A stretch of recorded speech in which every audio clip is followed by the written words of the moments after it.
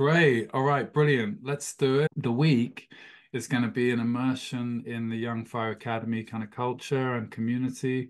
I've had 20 years experience now doing this in various different forms, starting as a tutor and then a mentor and now a coach, and really doing all of those three things in this day and age. So yeah, I wanted to offer a free forum for this topic, for group coaching support for parents, for all of us to share. I love the tone in the messenger group is really aware of just the fact that we're all coming together here in some ways to workshop through this. I'm not coming with all the answers, but I'm going to be sharing all of my experience of supporting teenagers, and clearly phones is a massive topic for teenagers and parents, and many successes and insights, and it really just opens up all of my natural um, knowledge and insight and the foundations really for the work that I do in general through the Young Fire Academy. And yeah, I'm really proud of these core values. This is my go-to for my relationships with all of the teams that I work with all of the parents that I work with the team that we have. These are all the foundations of the results that we've been getting with young people and with parents is relying on these core values, these core ways of relating. Um, and yeah, and I mean, in terms of the biggest one that jumps out for me in terms of phones is trust, because trust has always been such a huge part of my parenting coaching. And yet phones really, it does and doesn't completely derail that. It's a different area, phones, with just this blanket. I mean, I'm never suggesting a blanket trust anyway. So it's finding our line between empowering our kids with any sort of behavior, doing their homework, or just whatever it might be, participating more in life, getting out more, exercising, health choices, whatever, morning routines, whatever it might be, trusting our children to the highest degree that we can is always a part of it. But the phone topic, is there's something scary about it and different about it, and yet all of these core values and principles remain. So this week will definitely also be you'll be getting a strong sense of that kind of this kind of guidance about how to really take the leap of faith into what we know we want to do and how we know we want to show up with our kids, but sometimes struggle to.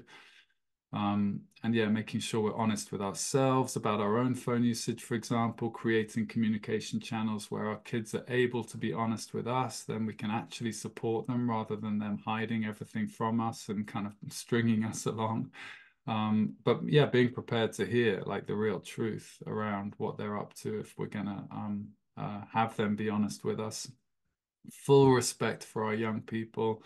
I don't hold space on even in Facebook for kind of bad mouthing teenagers. A lot of support groups seem to go down that kind of route. But yeah, it's really a disservice to us and to them for any of that way of venting about young people. I have utmost empathy for them, and of course, there's also a line. Sometimes we've got to call them out.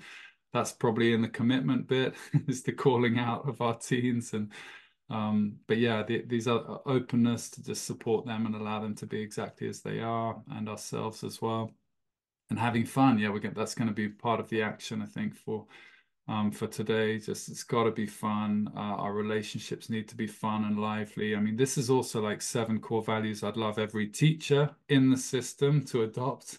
This is what I've ended up doing outside of the system in a way. And it's just so powerful to have relationships with young people based on these 7 principles. So of course, I'm sharing that with you as a coach. This is what I do with young people, but it's also what I feel like we can bring in. I'm also a parent, I have an 11-year-old and a 10-year-old. And these are values that I really uphold in my family life as best I possibly can, knowing that I'm playing a very long-term game with my children, and I want to steep them in these values and grow really conscious choices for them, clear decision making for them. I want to make sure that I'm not micromanaging that sort of process for them, because then I'm denying them the bigger lessons. So those are the core values. This is also just like an overview of the program. And yeah, I wanted to speak to this Venn diagram or whatever it is, this graphic, through the lens of phones. So it's this is basically what the program is based on, for both for parents and for teens, is finding purpose. That's right in the middle. Couldn't be more relevant, of course, for phones. You know, this is a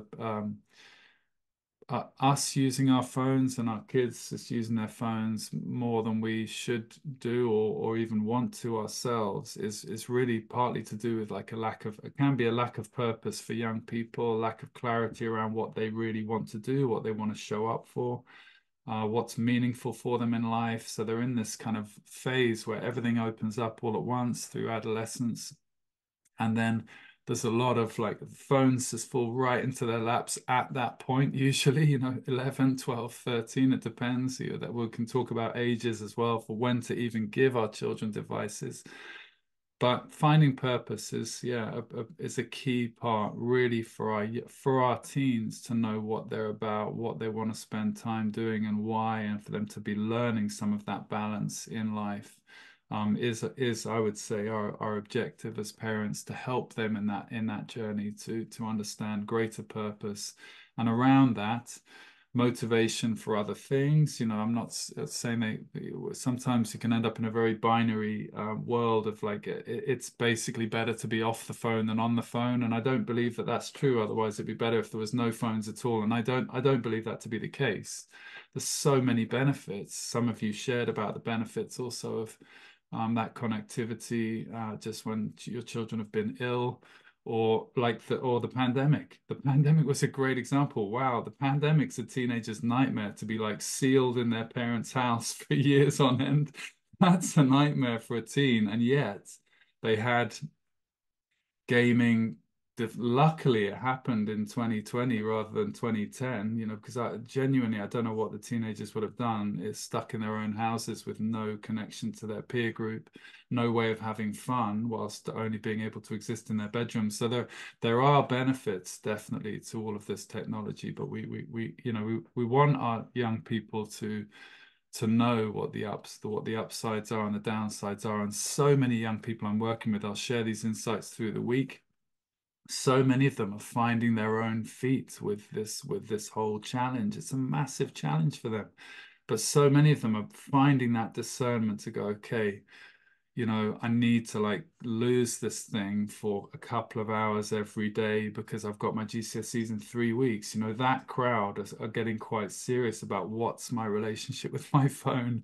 I can't bullshit myself anymore that it's okay. It's not. I'm not getting anything done, and I really want to do well, or whatever it might be. And lots of other stories around young people deleting this or deleting that, or just having that self realization that a lot of time is being spent on with this thing that's very Moorish, and all the dopamine's firing, but it's not really leading anywhere. And so it's great for them to be gaining those insights for themselves safely, and coming out the other end with a rough handle on it. But again, let's look at our own experience. It's tough. It's tough for any of us. So they're taking baby steps. We all are. I mean, I'd love us to speak about that this week as well, just our own usage.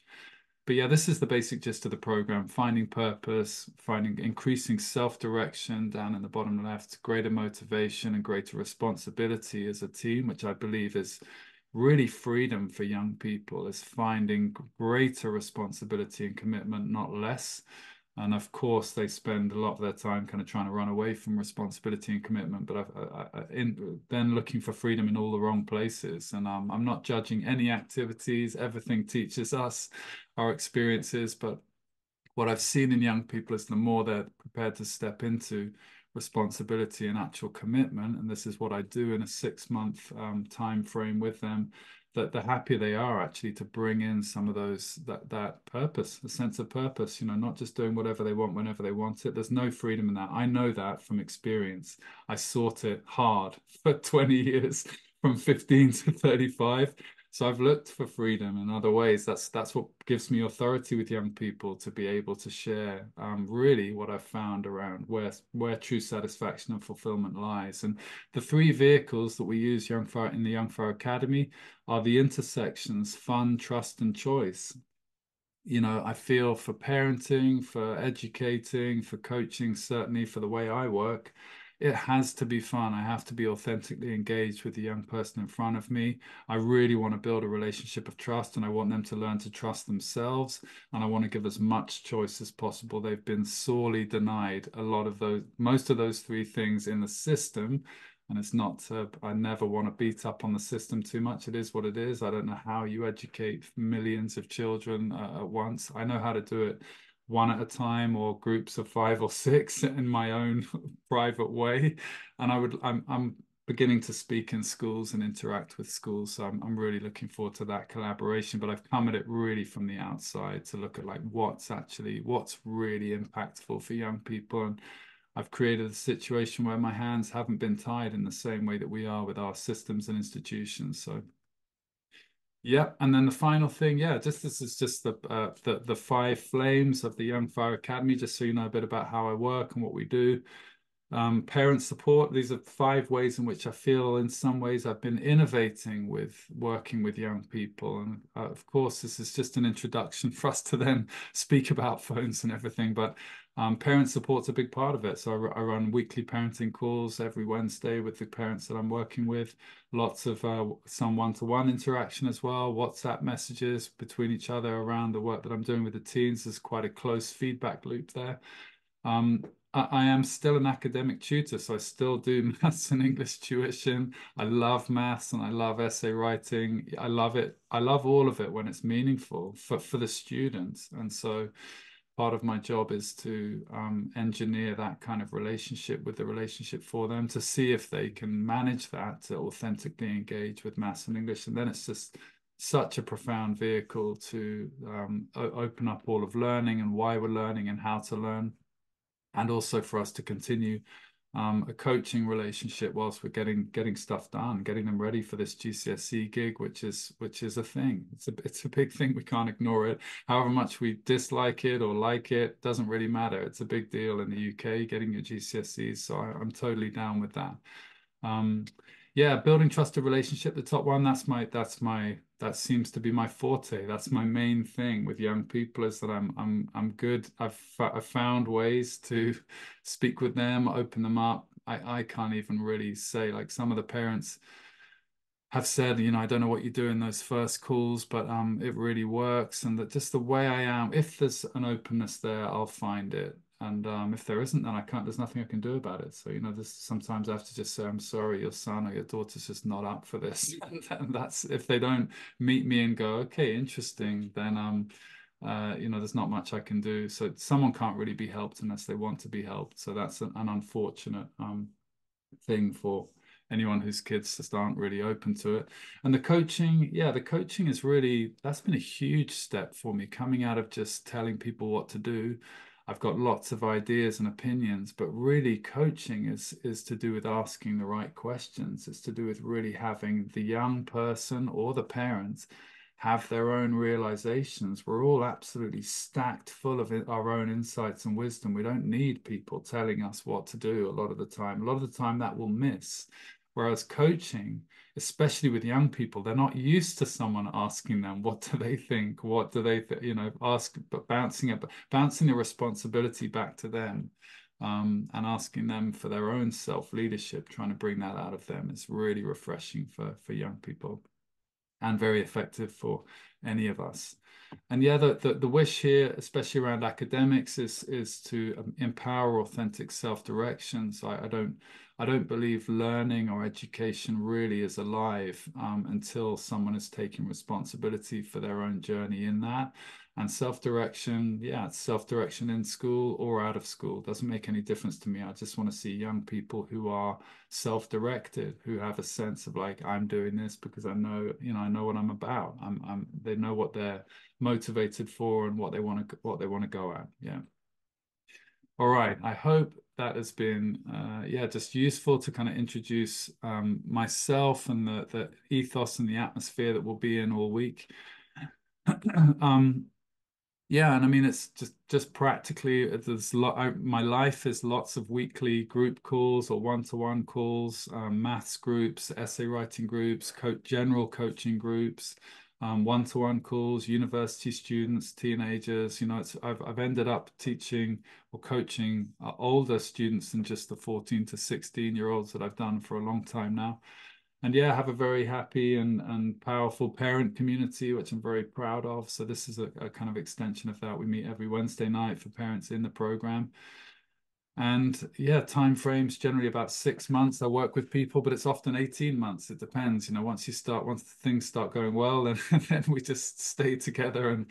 And my relationships with young people, really, I kind of hope to be at some of them, we just have very close relationship. I hope to be at their weddings kind of thing. If I want to be in their lives and know I want to know what happens when they become 25. That's really part of the work I do is an interest in that. It's not just bunny hopping through GCSEs or getting them through this next month. I have a very long-term view, which I think is essential for good teaching, good parenting, is that we really can see like what sort of child am I trying to produce in 10 years time from now? What are they going to end up doing? Like how can we help them get towards that kind of life, not just get through the next few months or the next year.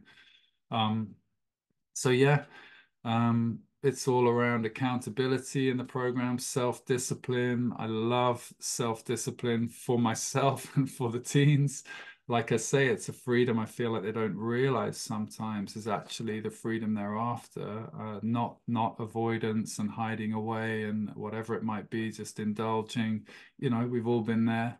But just to give them that taste of taking action, constructing their own lifestyles, building that self-trust that they can show up for themselves, that if they want something, they can do it. They can be structured and self-disciplined, even though they've been corralled and coerced and forced probably in all kinds of ways, through the way we educate and just our culture in general. So that's what we're slightly undoing, is to really help them find their feet with yeah, and also self-regulation, although that's with phones a very, very tall ask. So yeah, don't take that just specifically with the phone topic. Great. And yeah, thanks also just for mentioning your own reactivity as parents. This is a topic that we'll get into this week, the importance of our own role modeling. Um, yeah, I mean today, okay, so that's the introduction, really, just to kind of hear from me about my background in case you didn't know it, and where we're coming from with this topic. It's not going to be like a kind of sergeant major training in how to like rip your phone out of your teen's hands, or like inside. It's going to come from this kind of place, a long-term game in how to empower better decision making in our teens, and to help them in that way, how to build better relationships with them so that we can actually have a say, and how to improve family life also. Am I being too lenient? Should I be stricter? That thing of parental responsibility, the shoulding, it's just ever present for all of us, and it never ends. There's no end to that where we aren't reflecting on, am I doing it right? Have I done it? Did I do it wrong? Or just carrying that kind of regret of having done it wrong. That's the parent package. So one thing I'd love to normalize for all of us is that we're all in that together. There's no one like nailing parenting in that kind of way. You're forever doubting and questioning. At least I am. And I feel like that's an inevitability for all of us. But let's have a bit of a reflection exercise. What I'd love to know is what's been most meaningful for you already. Like what from just being here, or what from what you've heard, or what have you recognized in yourself that you could do, or what brings in an element of hope already for you, for what you could do or bring for this week. What's already been impactful, what's already been valuable, what have you caught from today that you're like, oh, that's something I could do, or something I could go forward with. Yeah, would love to hear that. I'll play a quick track just to give us a bit of ambience.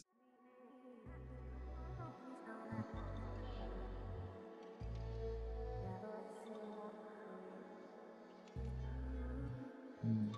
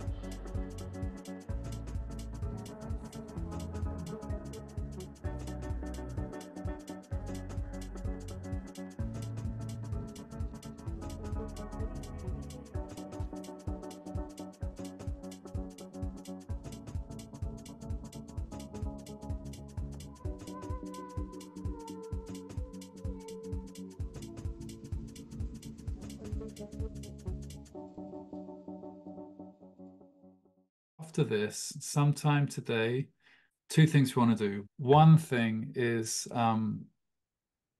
yeah, writing down a list of like how well we're doing as a parent.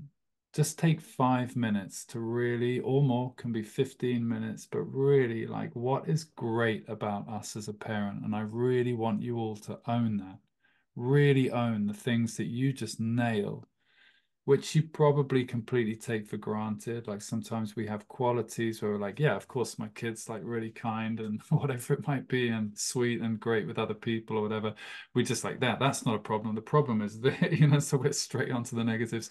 What is great about us and our parenting and our children? That's a great exercise. And yeah, atmospherically for the next day or two, just let's stop shitting on ourselves. Let's also just take care of ourselves in that way. Give ourselves an intentional 48 hours to yeah, just give ourselves a break. Notice how many times that story comes up of judging ourselves, criticizing ourselves in our parenting role, or feeling like we should be doing more or could have done it better, or regrets about the past, whatever it might be, and just drop that. I'm a practitioner of something called short moments, which is a kind of meditation on the move practice, and it's just to take a short moment with that when that thought comes up, to just drop it, basically, to completely relax, not go down that rabbit hole again of blaming ourselves, judging ourselves, criticizing ourselves.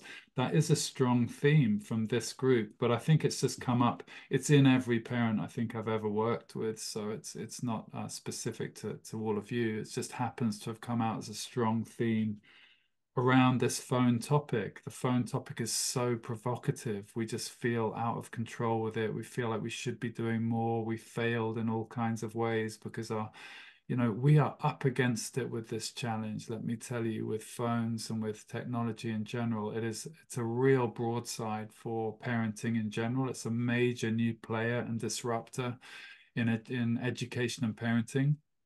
And it's by no means all bad. I'm not going to be holding a space for kind of demonizing or doom mongering around the future. I feel very optimistic and positive about the future, in spite of everything, in spite of the world situation, and that comes down to each of us as individuals. I believe that we can manage this, we can learn, we can get a lot out of this challenge for ourselves and for our kids, and that there will be great benefits to lots of these challenges for this specific generation as well. Even though it's a bit wild and unregulated or unguided at the moment, I still just feel like it's a very exciting time. Such a lot of opportunity for all of us navigating this.